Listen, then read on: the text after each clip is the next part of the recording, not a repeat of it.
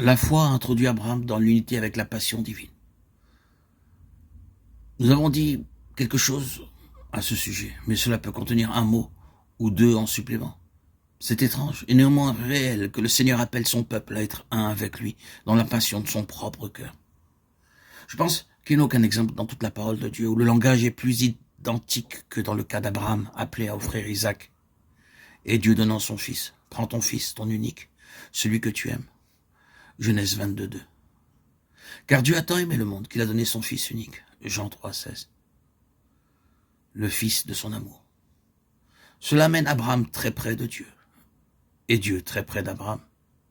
C'est en ce point que nous avons l'unité la plus grande entre Abraham et le Seigneur. Nous avons dit que Paul joint les mains à celles d'Abraham sur la même base, et ce grand serviteur de Dieu avait bien des choses à dire, qui indiquaient qu'il entrait dans une mesure dans la passion divine. Et ce qui manque aux souffrances de Christ, je l'achève en ma chair pour son corps qui est l'Église. Colossiens 1, 24. Ainsi je connaîtrai Christ et la puissance de sa résurrection et la communion de ses souffrances. Philippiens 3, 10. C'est l'unité avec le Seigneur dans sa passion. Pouvez-vous boire la coupe que je dois boire? Nous le pouvons, dirent-ils. Et Jésus leur répondit, il est vrai que vous boirez la coupe que je dois boire. Marc 10, 38, 39. Le Seigneur nous appelle à cela en relation avec son dessein. Le grand dessein éternel de Dieu requiert que ceux qui sont liés avec ce dessein en tant qu'instrument pour sa réalisation soient par cela même en contact, mais très légèrement avec sa coupe, qu'ils goûtent à la coupe de sa passion, qu'ils parviennent à l'unité avec lui dans cette passion de souffrance, de peine, de chagrin qui brise le cœur.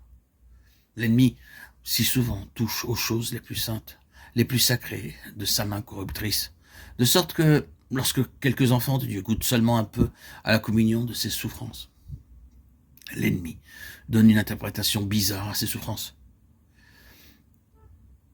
et met sur elles l'aspect de la colère du Seigneur, de son déplaisir, alors que réellement, c'est un partage à l'unité la plus sacrée avec le Seigneur, l'honneur le plus grand.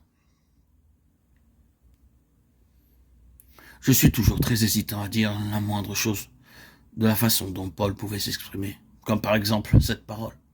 Je me glorifierai donc bien plus volontiers de mes infirmités. Je me glorifie de mes infirmités.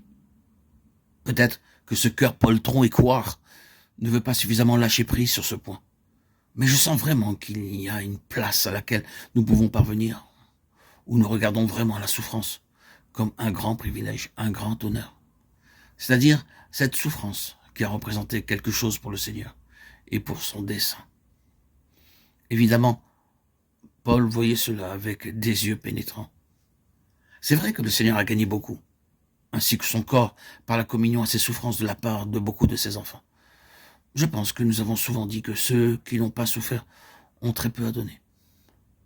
Certes, nous ne devons pas attacher beaucoup d'importance à nos souffrances, mais nous signalons la loi. Il faut que Dieu ait ceux qui sont dans l'unité avec sa passion.